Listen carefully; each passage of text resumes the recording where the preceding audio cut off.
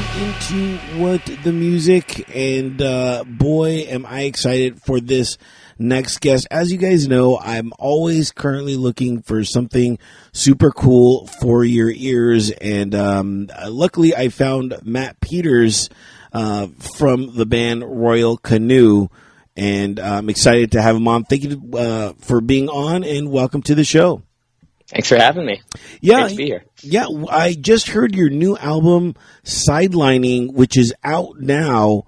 Very cool album, very fun concept that I truly enjoyed, and I implore everyone to go check it out. For more information, go ahead, log on to royalcanoe.com. They're on Twitter, and they are on Facebook, and of course they are on the gram. I'll have links to their YouTube and of course to their Spotify. Head on over to entertheshell.com for more of those details. Wanted to talk to you about this album. I know you guys have been doing this for over a decade now. Yeah. Oh right? My God. It's so long. Oh, it makes me feel old. But yes, that's true. But there's nothing wrong with that, because a lot of people, you know, that do this for a long time, there's that whole critique of you need 10,000 hours, you know, right, in order to be good at something. And in 10 years, you know, I believe that you can achieve 10,000 hours in doing that. Do you feel that you guys have achieved your 10,000 hours? I guess so. Although, like, I think the whole concept of sort of mastering something, you know, with all due respect to Malcolm Gladwell or whoever came up with the 10,000 hour idea, I think that it's sort of, for my part, I feel like a lot of the excitement and a lot of my enthusiasm comes from discovering things and learning new ideas and methods, especially with production and with how quickly music changes. And so maybe I have put 10,000 hours in, but I would by no means say that we've mastered anything. I think we still feel like, or at least we try to recreate the feeling of doing it kind of for the first time and bringing back as much of that initial enthusiasm that you get from like the first time you write a song or the first time you figure something out or you solve a problem. And so, yeah, I guess the time is there, but I feel like we're always searching and trying to grow. You guys approach this album extremely different from your past other albums. Right. Which was, you guys came in with no demos, you know, essentially maybe just an idea, and then you worked on a song that day in the recording studio. Why would you do that? I don't know. A lot of people take that studio time and they know how valuable it is, and to go in there, it seems self-destructive. Yeah, exactly. Yeah, I think, you know, to be honest, we have always been sort of relentless and obnoxious to some level, tinkerers. And so, like, we'll often, like, demo a song before we go to the studio, to the point where, like, every little possible creative opportunity has already been spent pre-studio. And so you go into the studio, and it's more like you're just, you know, going through the motions, so to speak. And I think for this album, we really wanted to avoid that feeling of just being there and kind of redoing things, and then also then you second guess the things you're redoing, and you're wondering, like, whoa, was the demo better? And so for this, we thought, well, the best way to do that is to just kind of get set up in the studio. And I should say we got into a really great situation where we had some studio time, and we weren't feeling the pressure of, like, okay, this has to work, because, you know, for a variety of reasons. Our previous album, actually, for the first session, hadn't even come out yet. Waver had not even been released at the time. And so it kind of felt like a bonus opportunity. And so we felt like, hey, we're afforded this opportunity to take some risks. And so, yeah, this just felt like another way, like going back to what I was saying about trying to recreate the feeling of, like, doing it for the first time. And so, yeah, we made sure to not bring in any previous material. and just tried to kind of let things happen and trust things and make some mistakes and make some really bad things. And then hopefully, in the midst of all that, there'd be a few good ones as well. And by doing this, the risk that you took, I believe paid off, because this album is super vibey, funky at times, jazzy in moments. And I truly did dig it. When you guys were in the studio, I'm just curious about that first day, because I envision you guys just walking in, just looking at each other and saying, all right, now what? Right? It kind of was that, to be honest. Like we set absolutely everything up too, like meticulously, because I do a bunch of engineering and production stuff on the side too, and I often use the studio. So I kind of set it up. We set everything up in a way where it's like we're about to hit record for a band who's been rehearsing their songs for the last 3 months, and all of that. And it kind of reminded me of this. This is great. I mean, the show has kind of gotten weird over the years, but there's always this great Family Guy sketch where this is from 20 years ago, where there's the Griffin family band, and they get all this momentum and publicity, and they're about to play their first show, and then they count them in, and a 1 and a 2 and then Peter's like, oh whoops, we have no songs. And they're on stage, and then there's just no noise. And I kind of imagined that being the scenario that would happen with this, except I feel like we were also excited about the concept, and even though we're not like a jam band by any means, I feel like we've had a lot of success with just a couple of us playing apart and just playing around together, and then calling something, and just spending time, just kind of mining a couple ideas. I feel like the thing that often when you have a lot of time and you don't have anything getting in your way is that you might throw 30 ideas on the table, and then you're constantly like, let's try the next one. Well, I see what the next one is. That's cool. But what if we tried this? And so what happened actually when we hit record is that I think for the most part, we kind of just often went with whatever the first 1 or 2 ideas that got presented. And sometimes it would be like, hey, what about this drum part? Or it'd be like drums and bass. They're just jamming. It's like, hey, that's cool. Let's just roll with that. And so we kind of just were less precious about what was being thrown on the table, and I think just saying yes more. And so in the end, it actually was a real benefit to the process. And not only that, but you guys have been a band for 10 years now. I don't think that would have worked in, let's say, your first or second year of being a band. That's something that kind of comes later on, where you can trust each other, whether it's with a melody or a certain riff, to go off of. Totally. Yeah. I agree. I don't think that we would have felt comfortable trying that, for our first record, for example. And then just trusting each other is a big thing, and so you're totally right. It had to have happened now. There's a lot going on in your guys' personal lives. I saw you added another member to the band, having another baby. I don't know who, but I saw a photo of a baby and stuff like that, and I was just like, oh my God. Bucky's baby. Yeah. Yeah, congratulations to the new member. Have you decided if they're going to be at the merch table? For a baby shower gift, we got Nora, the newest member of the band, a little Royal Canoe onesie, and it's quite the model. It's quite the way to model your merch, let me tell you. I know. I was like, I want to have a kid and I want to buy him, a onesie. But I was like, wait, I enjoy my free time a little too much. So that's true.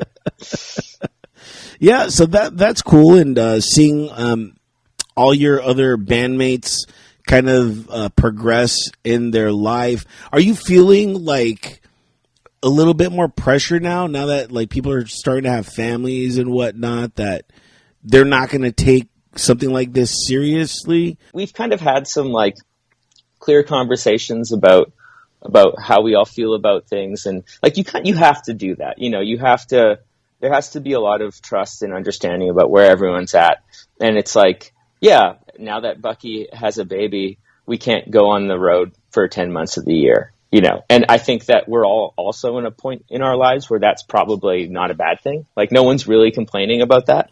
That being said, we all love touring, and we have some exciting things maybe coming down the line in that regard. But yeah, I think we are all kind of on the same page, and I feel like we love the idea of Royal Canoe being a sort of like a project focused band, where it's like we can take things like the ice show that we did a year and a half ago, or something like this album, or whatever other opportunity. We have another couple crazy ideas that we might be trying out in the near future. And I think really focusing on those, everyone, dedicating focus time to this idea. I think that's a way that we figured has worked for us now to keep that longevity going. And I have a good vibe about things moving forward. It really seems that through this decade of creating together, that you guys have really found what drives not only you but the entire band, which is always a key ingredient for longevity. There's just so many bands that it's I see this all the time, where I see a band with so much potential, and they're going, and then they just break up because they were just like, well, we did it for 4 years and we weren't like mega successful, and then they just stop, and I'm just like, you guys were right there, but they can't see that. They just, see the daily grind, and it gets to them. And I think that's one of those, I don't know if it's like a fabricated thing, or just kind of the way the machine works to kind of just crank out the people that are not serious, or that just think that, success is going to happen overnight. It doesn't happen like that now, and it's one of those things that people get discouraged by, and it shouldn't. It should be something that people are embracing. I've been doing this for over a decade as well. And I've been there with crowds. I've been there with no crowds, and that never discouraged me, as long as I had the passion to do something like this. And what was it for you that, made you super passionate about this band? Often it starts with just having other people that you want to hang out with, and you want to make something with. That feeling. I've always been, with all of my past projects and even some of the other things I'm doing besides Royal Canoe, everything in music for me has always been about collaboration. And so I just love, making things with these particular people. And so having that moment of like, just coming up with a chord progression or a lyric, or uncovering something that you just solving a problem you just didn't think you could solve, but doing that with someone else, to me, has always been so much more rewarding than just being there on your own at 4 in the morning. And mind you, there's still lots of that happens, but I feel like the communal aspect of solving problems together. And then also just, you have to like the people that you're on the road with all the time, and that you're, sharing a bed or a floor or a, hotel room or, whatever with, because, you're going to see them a lot. And I feel like this band also, the main reason it survived is because we do all really enjoy each other's company. And yeah. And then, I feel like you touched on something earlier, just talking about like how a band might have success and then 4 years go by, have a little bit of success, and then 4 years go by, and the ramp starts to tilt. And I think that just comes down also to just what your motivations are and why you're doing it, and how much happiness you get in the rest of your life too. And I feel like I've done a better job in the last 10 years, 5 years of striking a balance and understanding how important it is to have happiness in the rest of my life, and that can actually really contribute to more focus artistically, and it can create a more diverse, palette of inspirations to draw from. And I think in the past it's been just about this, and then sometimes you lose, you don't have anything to sing about, as well. It's like, no one wants to hear fucking songs about like how to make a D chord, and so I think learning that too, just learning how you need to grow as a person to grow as an artist, and then feeling that for me the motivation is the art itself, is the creation itself, and so I feel very lucky that people care about it, and obviously that in a lot of ways, like literally and figuratively, fuels and funds what you do, but at the core you have to get fulfillment from doing what you do, and so I feel like having that be the sort of heart of everything is probably a big reason we're still doing what we do. The whole communal aspect is what I love, and you guys did something communal as well, which is you had everyone, get on their porch and play the same song at this exact time. How did that go? That sounds fun. Yeah, it's the other Matt in the band, Matt Schellenberg, had this idea a few months ago, and the idea was that we would have a whole bunch of people kind of sign up and agree to play the song at the same time. It was like 5:45 Central Time, on the day of our release, and it went so well. We had hundreds of people sign up all over the world. There's lots of videos on social media of people doing it, and it kind of worked as a stand-in for having that show, having that moment when you're on stage and everyone's there, and maybe it's the album release day or that tour, and you're kind of like just celebrating together, and they're hearing the songs in some cases for the first time, and there's just so much excitement there. And so because we know we couldn't have that for obvious reasons, this kind of felt like the best alternative. It seemed pretty cool too. I wish I had known, and I would have played along as well. So I thought that was super cool, super fun. The album Sidelining is available everywhere. Go out and check it out. For more information, log on to royalcanoe.com. But I did get to see your guys' trailer that you released for the album for it launching, and I saw that you guys were playing basketball during this time. Is that the sport that you guys all gravitate to and all play to kind of build up camaraderie? I wouldn't say that. I think that was just a funny kind of like clip. I think that there's definitely, because we're from Winnipeg, Manitoba, Canada, there's a lot of, we're kind of born to be hockey fans on some level. Not to say everyone here cares, but we have our Winnipeg Jets here, and that's I'd say there's a good 5-6 of the band really likes the Jets, and we follow them, and we go through the pain of being a small market team in a vast league. A few of us golf, but I don't know, basketball. At one point we took part in like a charity basketball tournament, and a few of the guys played in that. I wouldn't call us like the most sporty band, but there's definitely some sports fandom going on. I'd be lying if I said there wasn't. Very cool. Very cool. And if you guys want to play the team again in basketball, hit them up on their website, royalcanoe.com. Go check them out. And most importantly, go check out their album that is available everywhere. It's called Sidelining. Check it out. It is super cool. And it's weird. I usually have a lot of bands that I have on a month, but now I'm getting a little bit more meticulous, more, I'm really looking at bands extra closely. So I'm not really getting a lot of interviews right now because nothing right now is really impressing me, but you guys did. And that's why I had to have you guys on with your music. It's, it's real hard to not be put in a genre.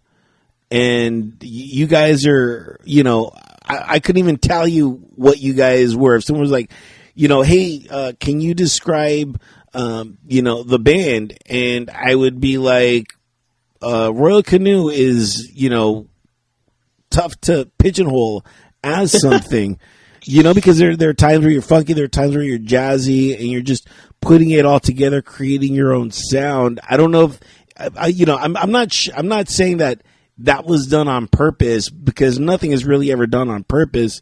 But I'm sure this sound evolved into what it is now, right? Yeah, and it's funny that you say that, because I feel like we've always felt that too.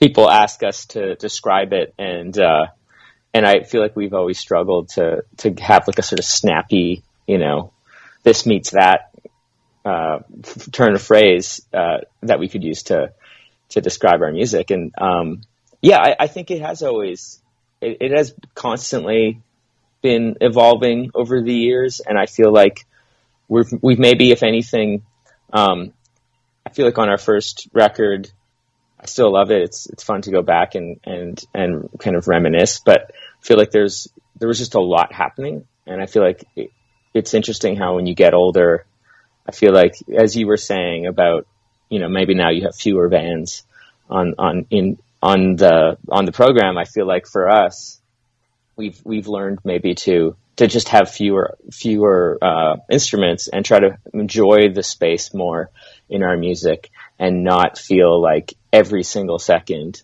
has to be filled with an idea. And so I hope that continues in our music, and we keep sort of learning how to cultivate space and the absence of ideas, and that can be its own thing. That's sometimes it's the whole in between the lines concept that like, I'm 40 now, and it's taken me a while to really understand that as an artist. But I'm glad that you finally came to that conclusion. You know what I mean? A lot of people just get stuck in their own ways and refuse to change, whether that be good or bad. But musically, one of the things is you constantly have to evolve. That's the one thing that I know that makes a good band is, when you buy an album, you're not necessarily going to get what was packaged in the last album. You're going to get something new or a fresh take on something else, and bands need to do that, not necessarily in order to survive, but in order to be more creative. And to stay sane, in a way, just to like keep wanting to do it. I can't imagine if you had such a specific sound and you were always sort of just going back to the same well. For me, at least, I feel like it would get tiring after a while. It would just be less exciting. And so I think that because we do have a bit more of a diverse palette, I feel like we can focus on one thing for one, maybe, song or even an album. And then it's not out of place for us to go and drift somewhere, a little off the beaten path. No one would really, second guess it. Yeah, very cool. Make sure, guys, again, log on to royalcanoe.com. Go check out the band. And again, I'll have links to their Facebook, their Twitter, their Instagram. And of course, I'll even have a link to their Spotify, so you could go check them out there, give them a few clicks. I saw I believe it was the title track from that album, Sidelining. Actually, it got like over 100,000 plays already, right?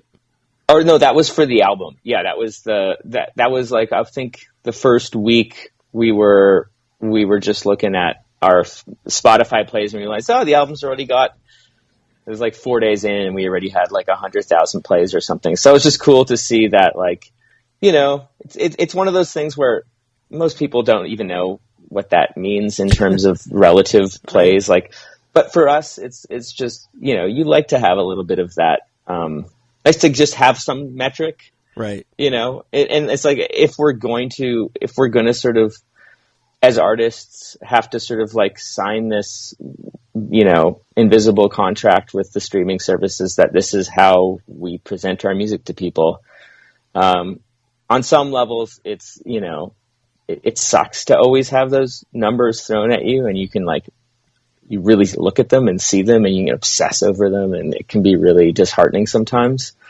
because it seems so random. Like, why are people listening to this song and not that song? And then you start to learn about algorithms and all of the hocus pocus stuff that goes on behind the scenes that has nothing to do with people's tastes.